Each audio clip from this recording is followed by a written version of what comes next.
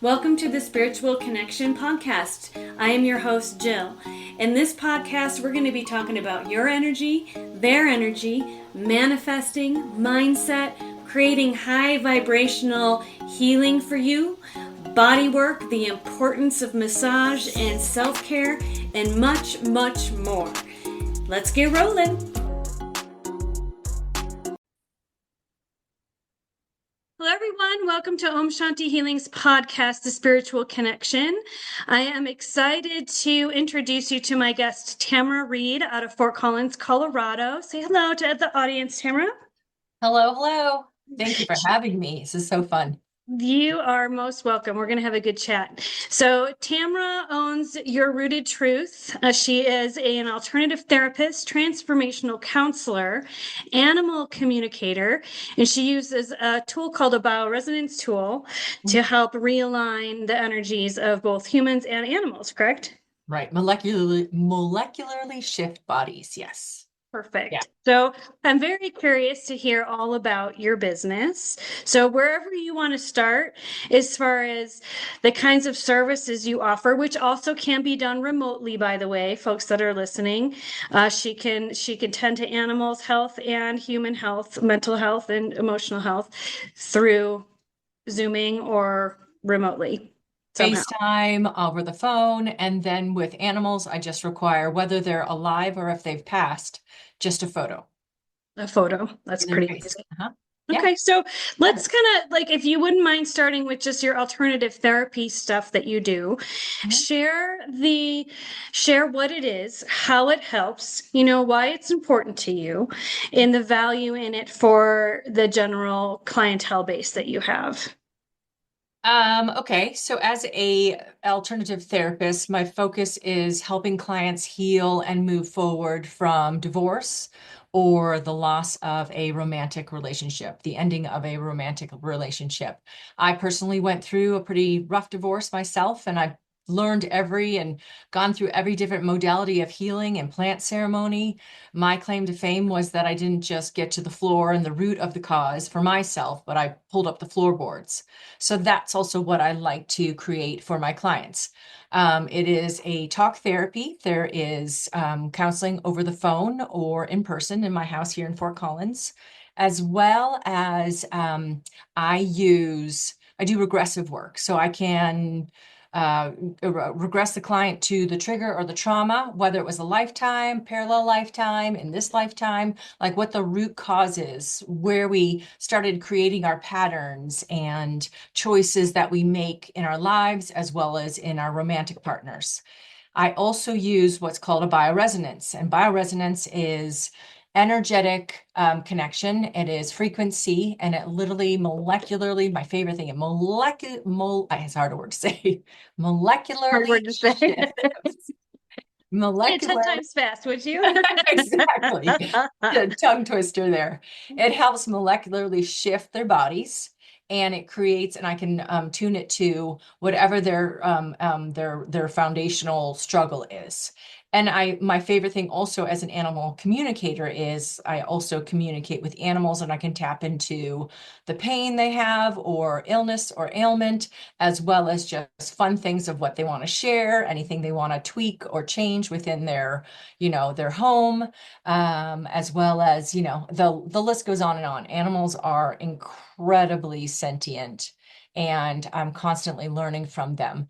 So I also use the bioresonance with animals as well to help them clear and shift some patterns of belief. My favorite thing to do also is I integrate, and one of the things I love to do, and I teach as well, is I teach how to tune back in, tap back into our animal instinct, what we were born with. Like, after years of talking with animals, and I've been talking with them since I was a child, I understood them. One of my earliest stories is climbing into our rabbit hutch and sitting and communing with the rabbits, and then climbing out and telling my mother everything that was going on with the rabbits. And sure enough, it'd be, one is injured, one isn't eating this, and this one's not getting along, and all sorts of things. And in sitting in that space of knowing my truth center, knowing my navigation system and trusting it, it has been reinforced with my connection to the animals. And I love to help clients reinforce and reawaken that inner trust, that intuition. And it applies to everything from going on a date to choosing whether you want to buy a house or not, to business, to, future employment. The list goes on and on. Is this something that if like me with my massage business, I have clients that come in that have been holding chronic pain in their body for 30, 40 years. And they know it has something to do with abusive situations in their childhood from usually their parents, emotional or physical. And they're bearing down on this pain and they can't let go of it. And it's just chronic and it's led to like permanent damage in their body. Is that something that you can help unravel, like to really feel like they can get to the root of it, the awareness of the root of it, and not be in a place of fear Yes. and kind of heal around that? Because I know like when you're dealing with abusive situations and that you've been hold like going back there is scary, Yeah. right? They don't want to relive those memories. They don't want to bring up the story again. Right. They'd rather just kind of numb out and like have that pain spot, and just the rest of it is just kind of a numbed out blur, right? And Right. just And kind of that's go about their lives. Can like what do you do in regards to the chronic pain to help um people really heal and like truly let go of it? I think what my favorite part of being the support system in that is really supporting clients in sitting down and going, when you tune in and tap into your own body, because that's your intuition. You have that internal knowing system. They can come to all of us healers and we can tell them. But if it doesn't resonate with them, how does it resonate with you? When you tune into where that pain is, what is that comes to you? What is that truth that comes to you? And then when they start learning that they can actually navigate that themselves, obviously we're all here to support them and pull the band-aids off and start doing the heavy lifting if they're ready for it. As a transformational counselor myself, I'm all about moving forward into that. Like, how can I support you in trusting what you get, stepping into that pain, really starting to find out where the root of it is. And my method is, what lifetime is it a connection to? Where did this pain originate in a lifetime? So I can help with that. And then the bioresonance actually helps with, what is it? Is it a loss of faith within self? What is it? Just, a lot of it primarily shame based. Let's work on the shame factor. Let's start releasing just the shame that we build our foundation of our structures, our homes, our bodies on this shame and guilt. So how do we get to that and start releasing it? So that's what I support. And then I also am huge believer in, we're all in this energy work, beauty, business in such a different way. Our gifts all come to us in such different ways. Like what you do, I would be like, okay, I have a client who knows what this is, knows what the cause, we've cleared the lifetime and that sort of thing. It's still just somewhat locked in our cellular system. I can do some of it with bioresonance, but if there's something that this client can be assisted with, I will send her to you. I will send her to a friend of mine who does cranial sacral and jinshin, and, whether it's shamanic rituals, whether it is a plant ceremony, whatever it is, I just am the support of, we all are, like I said, we're all here just to support one another. And, Yeah. There's a yeah. lot to be said for manual release, right? Like if you're bearing down on a clench pain, a trauma in your body, Mhm. just having a safe person touch it Yes. and work out the trigger points that are within that pain. Right. Because the And clench that's, over time it could hurt, like it could be a chronic thing. And you can't always self massage something out. You got to have someone yeah. help you with it And I and think that's take the where responsibility off, just like come in and just do it and help me, and just yes. want to relax and be present. And I think, and in my experience, what that also is really a strong basis is trust. And Mhm. first and foremost, I'm going to trust myself. Know that if I go to somebody and I don't resonate with them, then I'm just going to be like, nope, this isn't for me, and that sort of thing. And then the more you trust within yourself, like I said, you tap back into that inner knowing, then that guides you to the different therapists, different energy workers, shamanic healers, plant medicine, whatever it may be. It'll help you guide and find the next step of the person who's going to help you unlock the next layer as well. It all comes down to our animal instincts. And that, in my experience, when I went through my divorce, that was the first thing that was affected. The first thing I went into was, how did I not know?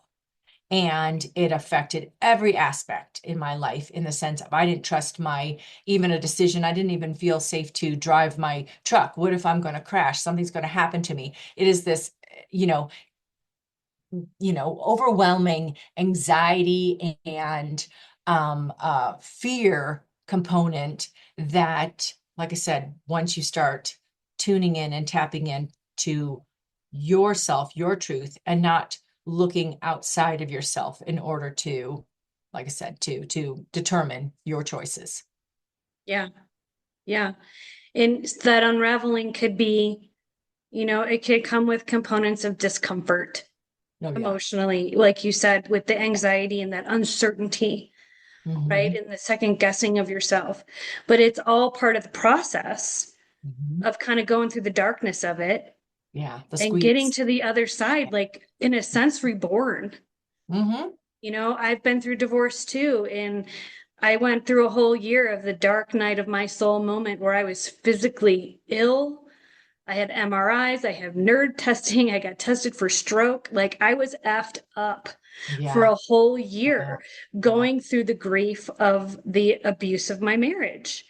And on the other side of that, 2 years later, here, going into 3 years almost, I am a different human. Hmm. But it took that hard part. Yeah. It's surviving the hard part.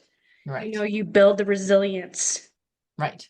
You're stronger on the other side of it. Right. But that But facing that is yeah, hard. and the hard parts though, even though the hard parts are um the challenging parts, like I said, my favorite saying is, this is happening for me, not to me. That was something that was really helpful for me. Like, okay, I'm facing this new challenge, but remember, this is happening for me, not to me. So if I change that mindset and go, okay, what am I being encouraged to step into and out to? And how do I make, just in these little moments, these little steps in life, how do I make myself proud?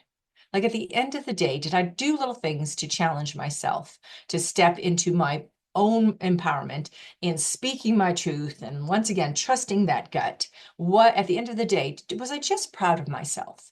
And that for me made the hard parts easier because I was going back to, I'm tuning back into myself versus looking for other people to help me, to fix me, to or but purchasing things or on my phone scrolling or whatever it may be, and us trying to find something without versus within. And that's kind of like societally how we've been brainwashed, right? Like you are incapable. You need to seek the fixing from somewhere else, like a therapist or a prescription, and there's value in some of that. Hmm. But really, the strength, that inner strength that you're going to find within yourself needs to be done the hard way. Hmm. It can't be numbed out. You Hmm. can't stuff it. You can't Yep. drink it away. Yes. You know, you got to go through and be accountable, right, for your contribution into that pain, right? If there's any, Right. do some forgiving of self and of Oh, others big time, big and time. learn to trust yourself again. Yeah. So the other thing, exactly, and the other thing is that, well, the navigation system then helps us also reach out to this sisterhood and brotherhood that's going to help us support our process. And once again, the heavy lifting isn't going to a therapist and saying, I need you just to fix this. All we're here for is to pull back the band-aids, to pull up the floorboards and say the rest is up to you, whether it's meditation, breathing, going to yoga, moving your body, drinking lots of water. And we're here to support, but we're not here to fix it for you. So once again, there's the quote, hard part or the heavy lifting. Yes. Right, Yeah. right. As therapists, I don't appreciate a client that doesn't do their own work. Right. Like they just keep doing the same things that mess themselves up, and they just come in and sit, you're totally unaccountable. Fix me, and then they do it again. I used to have those clients energetically. I don't anymore.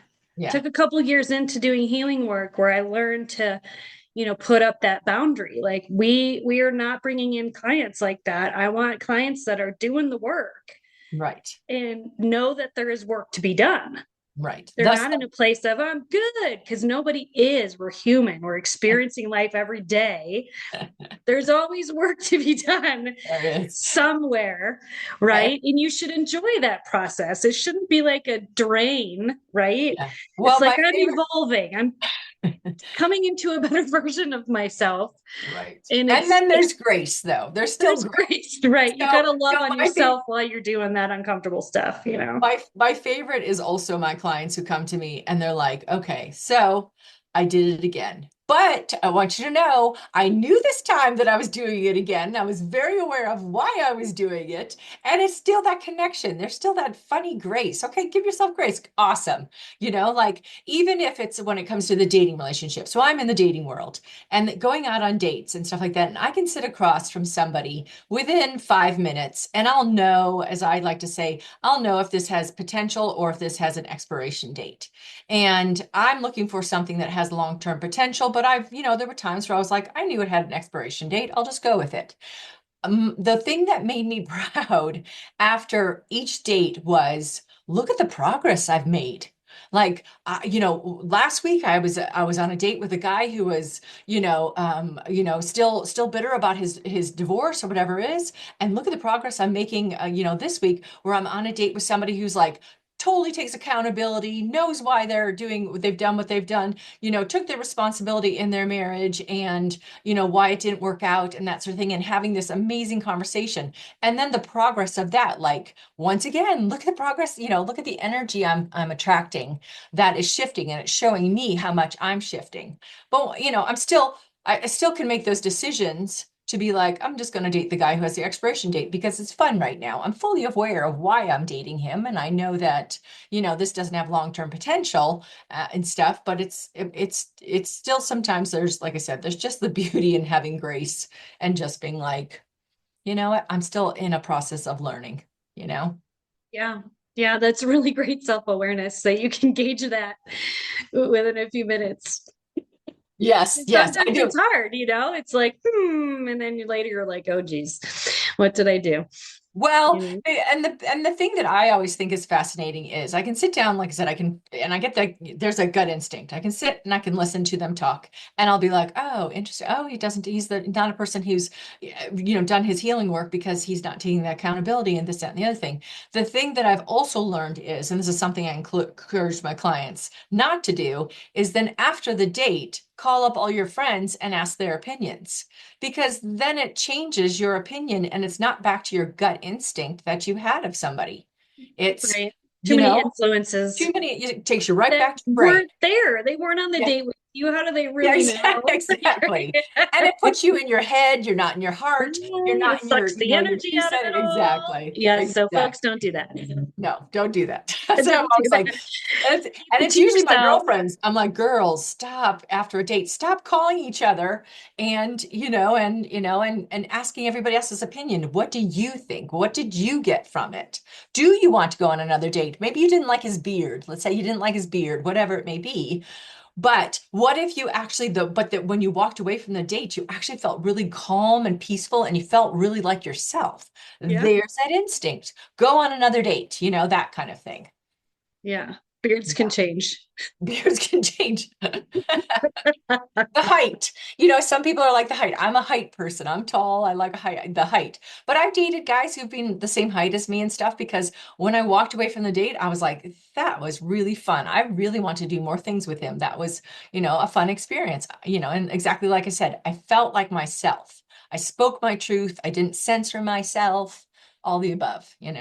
Yeah, those are all good signs. Yeah. Yeah. Yeah. And, if you share, like women have a tendency to, gossip with one another. That's just innately in us, right? Right. But and I think And if you got to hold back, I would recommend not telling anybody you went on a date because I agree. there's an expectation around that, right? Like, So and then true. if you tell the girls yeah, I went on a date with that guy and this guy and that guy and this guy, then every one of them's a fail, right? And then you have it out there in the universe, in your tribe of friends that you have these repetitive fails of dating. Oh, I don't mind wait, that. wait till I you find a good one before you then talk report. about it. Then report. Three I to see. five dates in. And see, I'm the kind of person that if somebody were to ask me, I'd say, yeah, I went on a date. Oh, what, but what we do to ourselves is we start listing all the things that were wrong with him. Like there's something in us that likes to make us small again, ourselves small, versus I liked all these things about him. And I liked the way I felt when I walked away from the date. So I'm going to go on another date. I'm going to go on another date with him versus oh, I like these things, but then I didn't like well, then don't worry about the things you didn't like. How did you feel? And would it be something that you just want to go on a date again with? So even when a girlfriend asks me, I'm always just like, I don't know yet. I'm still feeling it out. All I know is I have fun with him and I enjoy myself. And that is literally the end of my sharing. Yeah. I'm still navigating it myself. Right, right. Right. And you are a sensitive soul, so you're navigating is going Yeah. to be probably a little more in depth Well, than and my others navigating. Well, and my background in psychology also helps, I agree. And that sort of thing, especially because my background in psychology is deviant behavior psychology and My stuff. goodness. But but They're doomed from the first date. So, but the beauty of what I really love to help clients with is how does it come to you? How does your truth come to you? Whether it's tingling in the top of your head when something really resonates, whether it's goosebumps from head to foot, and that's, oh, there's my truth and stuff like that. How does it come to you? And then you trusting that. And the more you act on that, and there's that 5-second rule, right? You have 5 seconds to talk yourself out of your instinct. And the more you act on that instinct, the stronger that internal knowing becomes. And then you go on dates more free and flexible and like it's not this rigid of they need to be this, that, and the other thing. It's more of a feeling of I'm just going to feel it out and I'm just going to trust my instincts and I'm going to see how I feel throughout the date. Yeah, And I believe that having a mindset around that is also going to help you draw in right, the right right. people to date, Yes. right? You're going to manifest that at higher frequency because you're positive and light and you're in the right alignment to receive what you want. I agree. And then there's still life. And like you said, the bullshit of life, excuse my French, but this energy that the planet, this frequency that the planet is just raising, and it's so amazing and challenging. And so many of us who really tap into that divine feminine energy of ours are really like, I'm really, really ready to shift and step into my truth and let go of what no longer serves me. And then we still are going to meet others who aren't necessarily doing their work. And the ghosting, that was new to me after my divorce. I had never been ghosted before. I didn't even know what ghosting meant. And it is a term that was designed, that was created by women because men do it so frequently. That to me was really fascinating. And I can go into the compassion and go, okay, well, he's not somebody stepping in his truth. And here's the psychology behind there. And here's the trauma. And here's the obviously, not in a place where he's doing his work right now and that sort of thing. I can do all that. It still comes down to, once again, giving yourself grace and going, oh, okay. this, I have to recognize that this is a him thing. This isn't a me thing. And still not going to change that. It still stinks. Like good Right. gravy. It still doesn't feel good. Yeah. It still doesn't feel great. No. Yeah. Yeah. So awesome stuff. Awesome stuff. Can we talk about your animal communicating? Yes. Like, Love it. so, okay, guys that are listening, we're on Zoom and we got the camera on. So Tamara and I can see each other, but when I post it, it's just audio. Behind me is my dog on the couch. You see her, Fawn. She's a mutt. She's 5. What are you reading off of her? She's sleeping on the couch. Like She, the spontaneous animal communication moment here. okay. I know you'll pick up on something because Tamara actually read my horse's energy when she was having some behavioral issues. I brought her to my barn, and you remember that? Yeah. You read Zuri, and you told me some things which confirmed what I had already felt. But Mhm. it was just really nice to get your perspective on it and your confirmation on it Yeah, I with love my it horse. when we So can all do that for each other, right? yeah, yeah, With Zuri, I get that it's a little bit more focused around puppy right now. Like the energy, she feels a little tired from puppy. Um, yes. We got a puppy for Christmas, and she's 4 months old. And yeah, she's been keeping my 5-year-old very busy, but yes. they're having a lot of fun together. Yes, she definitely loves it, but she's definitely sleeping pretty solidly after some puppy keeping her on her toes.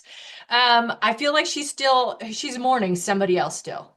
There's another dog that she did you have a dog that passed away a little while? We did. He passed Okay. away just before November 15th, actually. Okay. Passed away. So And yeah, and there's my confirmation. I get goosebumps that I connect strongly with him, where there was an energy between the two of them. There was a comfort between the two of them. There was you know, I think that for me that felt like a solid foundation to her, and it made her feel more secure with him around. And having puppy around, as much as the puppy's fun, it gives her a little bit more anxiety. Like she was used to kind of deferring to your male dog, or like the male dog was very grounding for her. And like I said, the foundation was there. And almost like all 4 paws were like solidly on the ground with her relationship with him, versus the puppy keeps her a little bit more in it has a little bit more anxiety with her stomach. Has she been having any stuff going on with eating and stuff like that?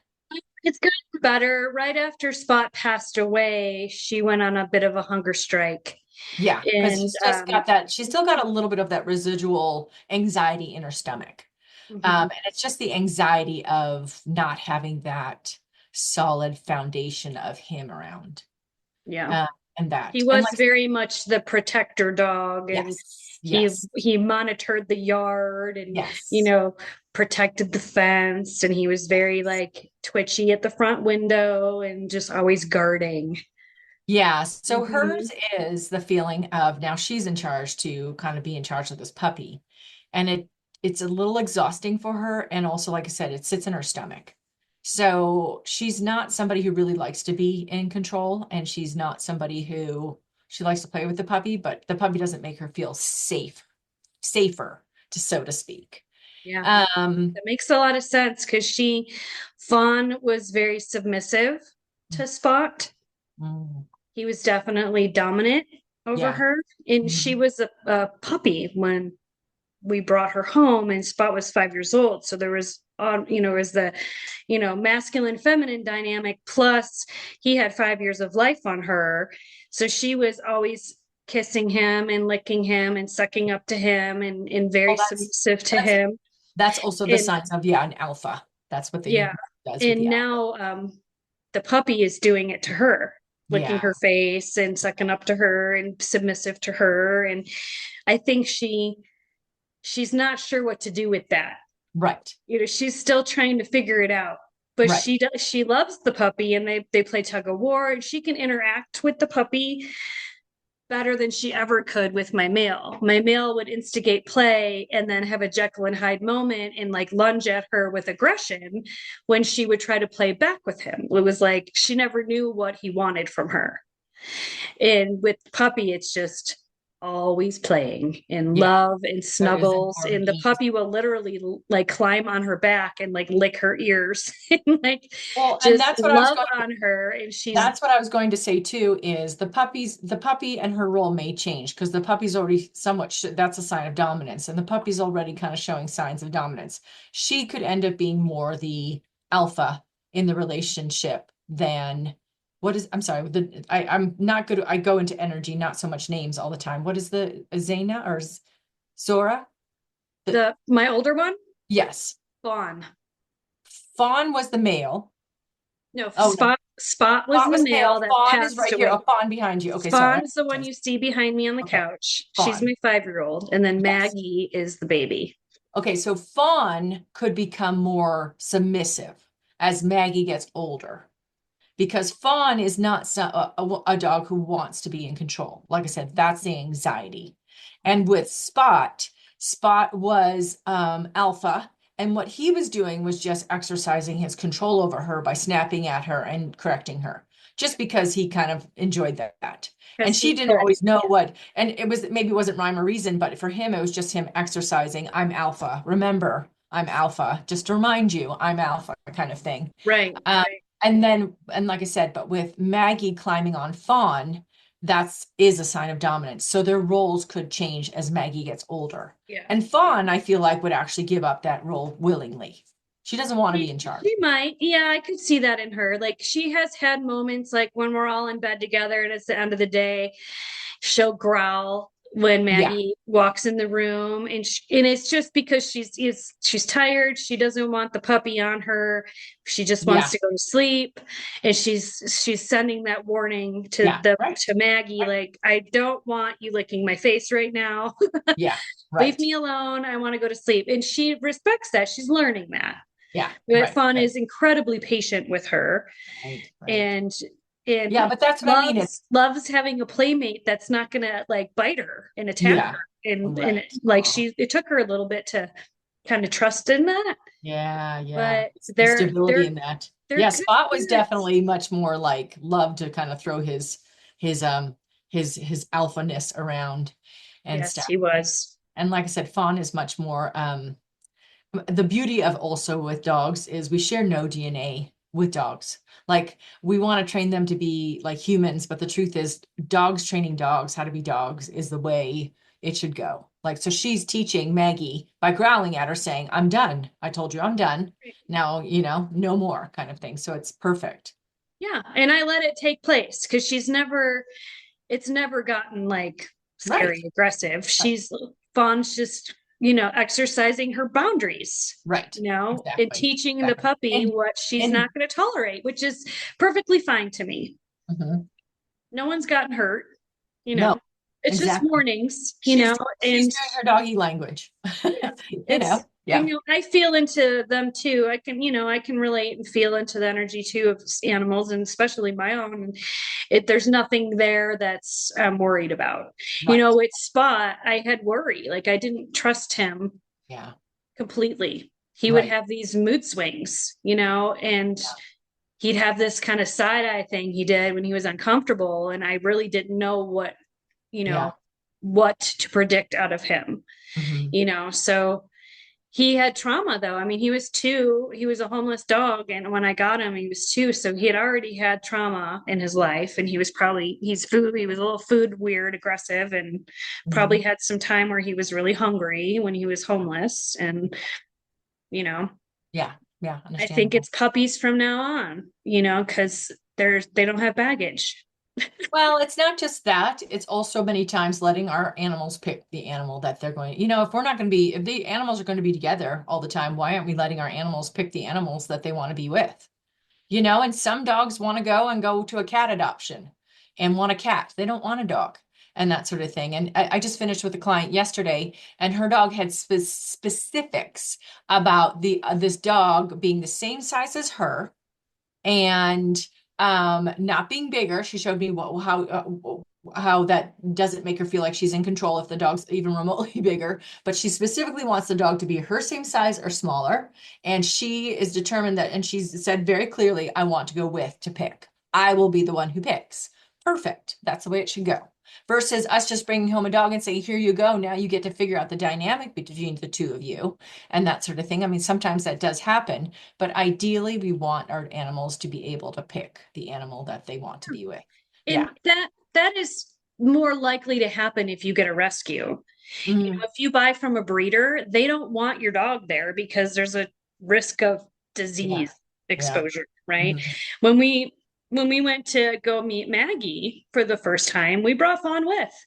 Mhm. She was being fostered at a lady's house in Fort Lupton, and we went in the backyard and brought her out, and I had Fawn on her leash just in case, but they Maggie walked right up to her, touched her nose, and like tails wagging and no hackles up, and it went really well, and they seemed Yeah. really Perfect. Right. comfortable. And then I let her off the leash, and Maggie just kind of followed her around the yard, and it seemed fine. Yeah. Yeah. And I asked Fawn, I'm like, well, what do you think? And she was okay with it.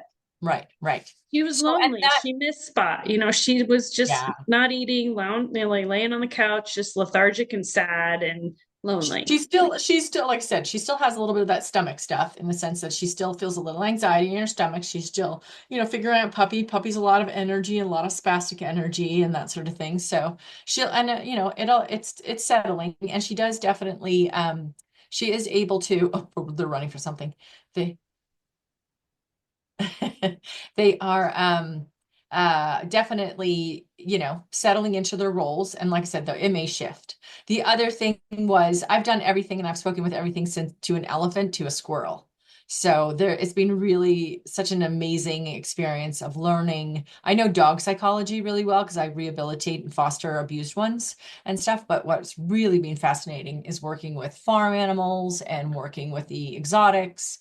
And like I said, it's just constantly learning new things. I had one client who had a daughter that passed away, and the cat was experiencing stomach issues and everything like that. And then when I tuned into the cat was channeling the daughter. It was fascinating. Like it's just, and like I said, it's information that comes through me. It doesn't come to me. So I'm also, an audience and learning what this means and what the animal has to share with me and stuff like that. But yeah, literally channeling this daughter to talk to her dad. It was amazing. It was one of the most incredible experiences I've had.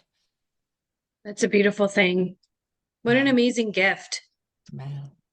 What? Yeah. I It's love it. it's very special. And do you have anything else, any other experiences with animals that like really stand out? You said you worked with elephants. Tell us about how that came into fruition. Not Um, many elephants in Colorado. I know exactly. But it's an example of how I don't need to be in the room with them. I don't need to be in their physical space. All I needed was a photo. So I have a friend of mine who's moved to Thailand, and she's working with really wanting to create an animal sanctuary and the working with the elephants out there. And she had this amazing experience with this elephant, and she wanted to know what it was about. And so she has this experience, and she just says, "Can you tell me this incredible interaction I just had?" And I said, "The elephant kept on grabbing your wrist. It followed you everywhere, didn't it? But it kept on grabbing her wrist like it was a mother's tail." And so everywhere she would go, she'd be walking along, and this elephant's holding her wrist and following her everywhere. And she goes, and this was a younger elephant. And just the love connection that the two of these had. It was a lifetime connection. I could tap into the lifetime where the two of them were together. And it was just this, you know, happened to be in this lifetime, the two of them reconnecting. So she's working on an animal sanctuary, and this is one of the first elephants she wants to work with and, create a space for. And she regularly visits this elephant, and same thing, just walks around, goes everywhere with this elephant holding her wrist. She goes and volunteers, she helps clean, she helps feed them. And she's like, it's not the easiest when you only have one hand everywhere you Oh, go, you know oh, but that's it's so sweet. yeah. Wow. And there's such incredible sentient between them and dolphins and like orcas. They are some of the most incredible beings that, lived many, many lifetimes and that sort of thing. So, yeah. That's great. In locally, you're working with more farm animals, you said? And domestic. Yes. and domestic. Uh-huh. Do you have a favorite farm animal that you like to work with? Horses. Yeah. Horses are just a if this isn't working for you, then kind of pound sand. Like horses are like take it or leave it kind of attitude. I love horses. They're very empowering. Definitely are. And as long as they I haven't learned been, that firsthand from my yes, mare. Oh my God.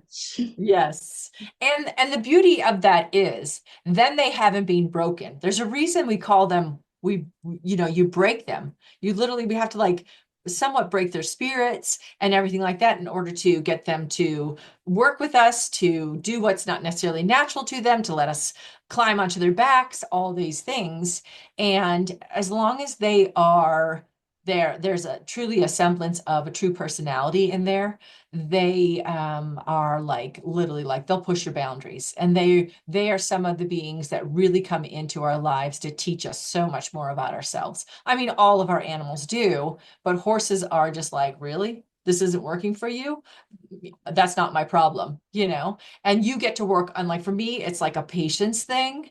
And it's literally going, okay, so how can we compromise here? How can we meet in the middle? And I want, like I even work with a miniature, she's a miniature mule, mini horse mule combination. And she is the most stubborn little thing ever. And so so I'm trying to show her why she needs to wear her blanket, like how cold it's going to get this weekend and things like that. And she's just like, nope, I don't care. I don't care. So you just have to find ways to really communicate to them why this is important for why we're doing this. And once they understand it and they know they're safe and they know we're doing this for their best good, for the most part, they will be like, okay. And then other times they're just like, nope. you know whereas dogs are like, okay, how can I please you? What do you want? That kind of thing. So right. I had many arguments with my mare trying to take her out on trail rides alone. Like Mm. she, horses are herd animals. Mhm. They're prey. Mhm. They do not feel safe going anywhere by themselves. Mhm. And some of them, like my mare, she got very bar and sour. Mm. And it was an argument every time I tried to leave on trail with Yeah. her by myself. Yeah. She was not having it. Mhm. She would try to turn me around, she'd rear up. Yes, she was not having it. But if she had a butt to follow, she was fine. Yeah. She's Right. like, I don't want to make any decisions. I don't want to navigate. I don't want to be in the front of the line. I don't want to have the responsibility of this. I just want to follow whoever's Yeah. in front of me. That makes me feel safe. I don't have to make choices and I could just zone out. That was kind of like what she was telling me. Right. Like, I don't want to be in charge Right. of this experience. So the compromise would be that you get off her back and you actually lead her, Yeah, and that will help her create. we did a Yeah. lot of that. That creates a lot more trust, and she's following you and she knows who's in charge. And like I said, Fawn feels the same way. It's interesting because Fawn has the same feeling and personality. She's like, I don't want to be in charge. I don't know what I'm doing. I'm like, I can be a dog and I can teach her how to be a dog, but I'll play with her, but I don't want to be the one. I don't want to be the alpha in this relationship. So, I mean, and then there's grace in that. Sometimes you get a horse that or an animal that's just kind of like, no, I'm in charge. And those are the ones I usually end up rehabilitating, where's the line between I'm in charge, I'm the alpha, and I'm going to be calm and assertive versus, reprimand them for, trying to take over and that sort of thing. And then same thing, you're working once again with a personality. You're working with an instinctual feeling they have. And if you don't work with that, then you're trying to change them into something they're not. Right. And horses can be very strong-willed, especially mares. And when I got Zuri, she was in her 20s. So she's like been there, done that, right? She was an old trail riding Hmm. horse Hmm. and she would follow the butt in front of her, Hmm. and that's where she was happy. And when I tried to get her to do Right. things independently and make her own decisions, she got very anxious. And I had to respect that, Hmm. because she's a, 1,200-pound animal, you know, and we were friends. I Hmm. wanted a friendship Right. with her, Right. and it was an interesting experience, and I'm glad that I did it, but I don't know that I would repeat Mhm. it And again. what, yeah, okay. Got it. And it just is an opportunity for us to also step more into our power and to create a really strong connection with our animals where they trust us. That's what, if I would say that's the biggest message I get from animals is, do they feel like they want to follow you and trust you and listen to you and stuff. So, Yeah. and if they don't, how are you not trusting yourself? How are you? And I call it, my favorite part is what animals tell me is I call it the ratting out. Some animals are just like, okay, so the reason I'm in her life is because she's not making good decisions with men and she's letting men kind of walk all over her. So I'm a tougher dog for her to work with because I'm helping her step into her power. And the more she recognizes that she can be in control and she can be in charge and she can trust her instincts and she's the one who's going to lead me, then she can lead her life.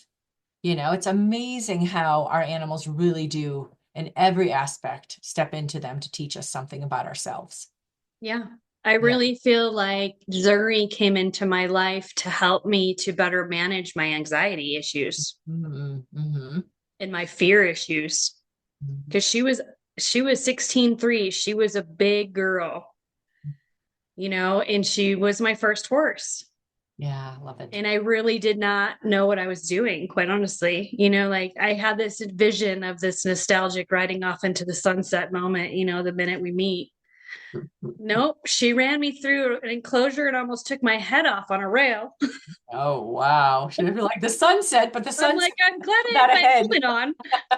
She Yeah, managed the sunset. I did not. right. She's like, I'm going without you. Yeah, so yeah, it wasn't this like movie magic moment, that you see where you could just hop on the back of a horse and go and everything is copacetic. It was not that way at all. Yep. I had to earn her trust. I had to earn her respect, Yeah. and Yeah. it took Right. time and Right. energy, you And know. that's the thing about horses. They are some of the toughest ones because when I tune into them and tap into them, their first feeling about them is pretty much anxiety. They're always like, am I staying? Is this now where I'm going to stay? Because horses are traded so much that they're just learn what somebody else's love language is or what their expectations are of them. And then they create that bond with them and that sort of thing. And many times they're sold. Or if it doesn't, for whatever reason, it just the relationship doesn't work out. So when like I said, horses are some of the most anxious animals I have worked with. And, dogs are the same way, a lot of them too. Do I get to stay here now? Especially when you pull them out of a shelter and that sort of thing. The energy, the frequency of a shelter is very stressful. And so it takes a while for the adrenals. There's a reason why I call it rescuer's remorse, where you get your animal and for about 3 days to a week, you're left going, what have I done? Like I think I've made the biggest mistake. And it's not the biggest mistake. You just got to work through some of their little hiccups, and starting to trust you. Yeah. Yeah, and I think it's a heck of a lot easier with dogs and horses. One thing they're like you're more tuned into, language with dogs, and they're with you all the time. If Hmm. I work from home, I'm with my dogs all the time. Hmm. There's a trust and that's built, that bond has built. We're all a pack together, Hmm. and horses are much different. I had to go see her, I had to make an effort to make time to go there and spend time with her, Yeah. and she felt my anxiety around that lack of trust that I had for her. Right. Hmm. And it was just kind of bouncing back and forth between the two of Hmm. us, like the trust, the anxiety, the trust, the anxiety. And I felt it coming off of her. She felt it coming off of me. And it didn't make for a good Yeah. relationship.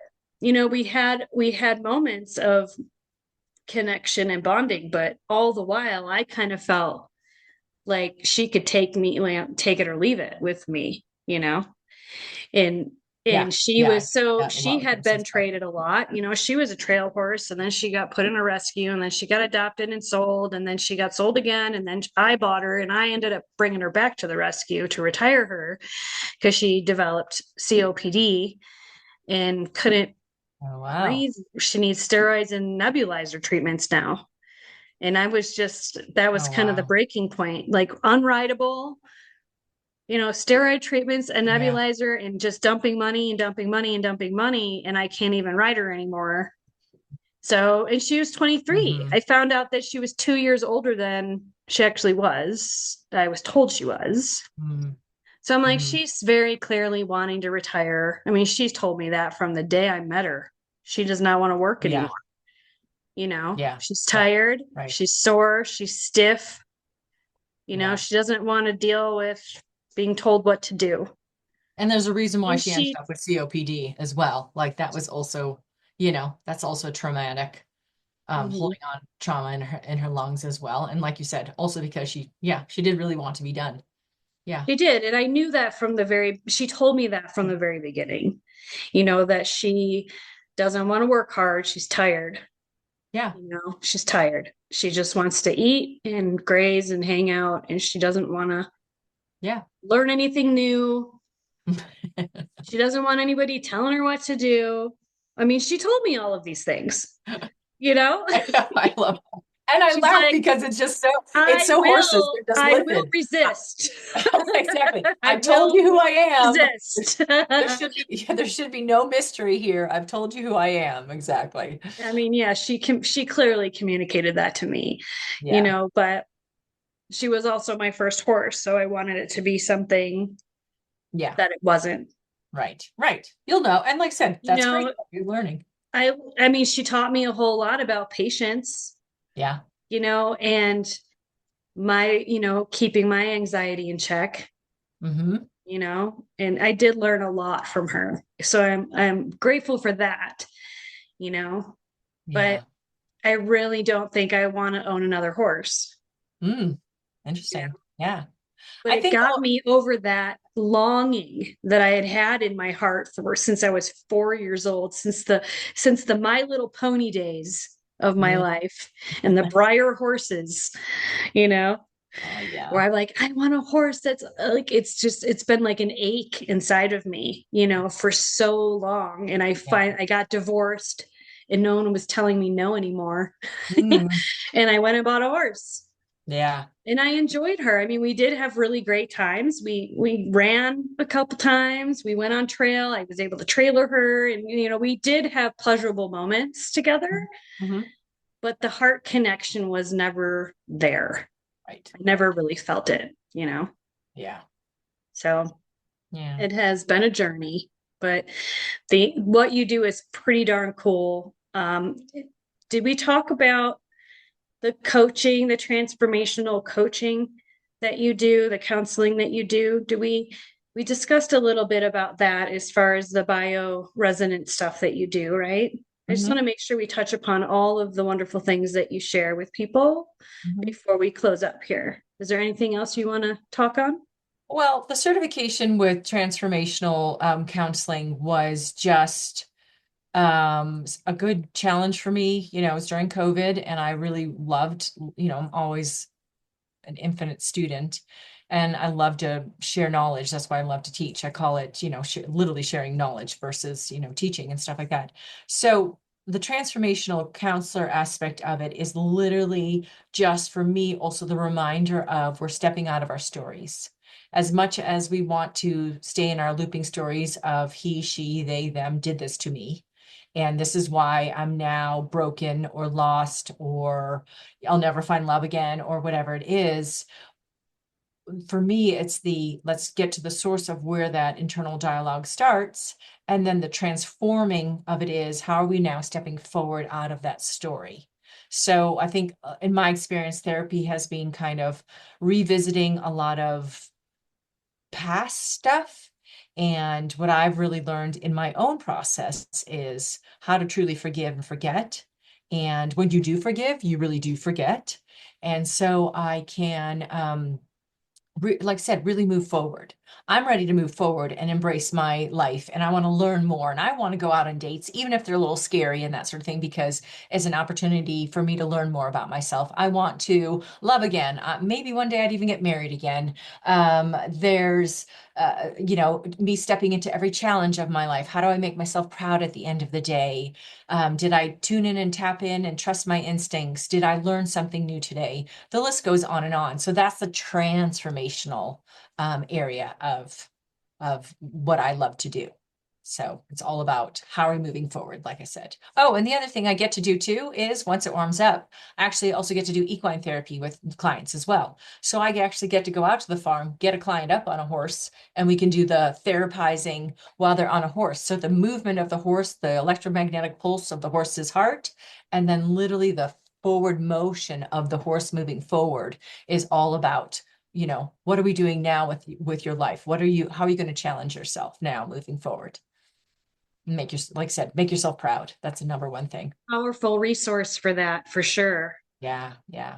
And you Yeah. get to be out there at the farm loving on animals. There's goats, there's a mini donkey, Mhm. there's a miniature horse, there's, the list goes on. Chickens and cats everywhere. It's a great place to be.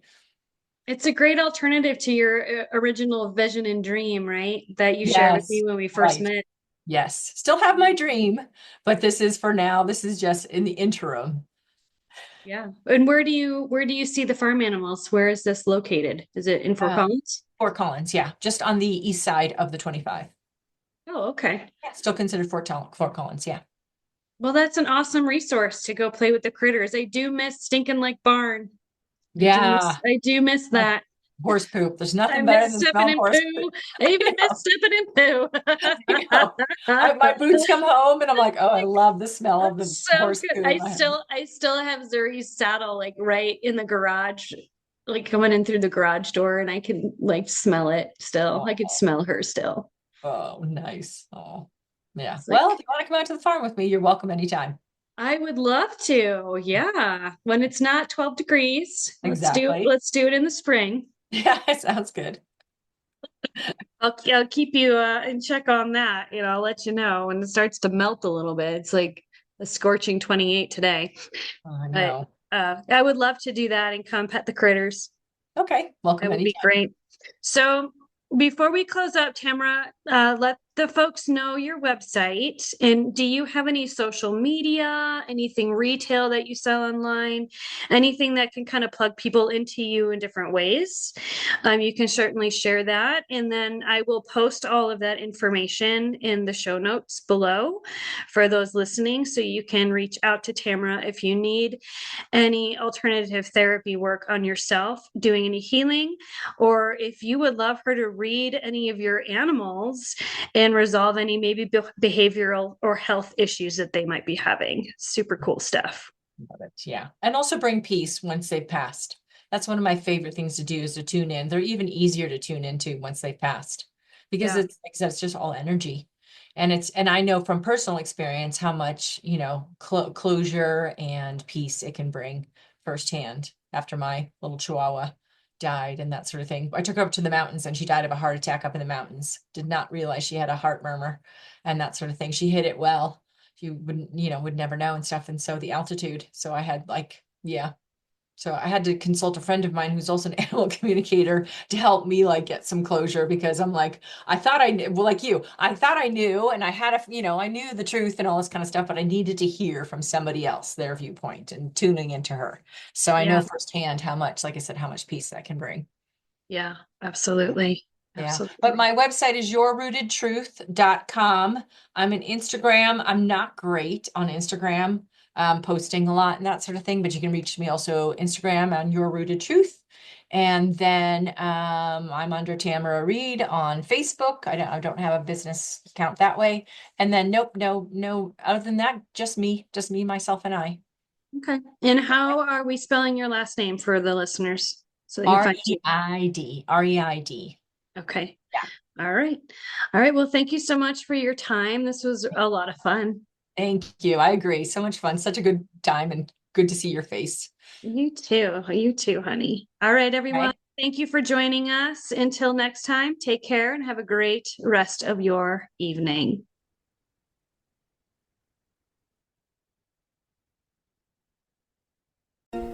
That's a wrap for today, folks. Thanks for spending the time with me. And don't forget to check the notifications below on my social media links, my YouTube channel with self-care and meditations, as well as my omshantihealing.com website, where you can get info on spiritual coaching and my online courses. And as always, if you do enjoy my podcast, don't forget to subscribe or sponsor below. We'll talk to you soon. Have a beautiful rest of your week. Bye-bye.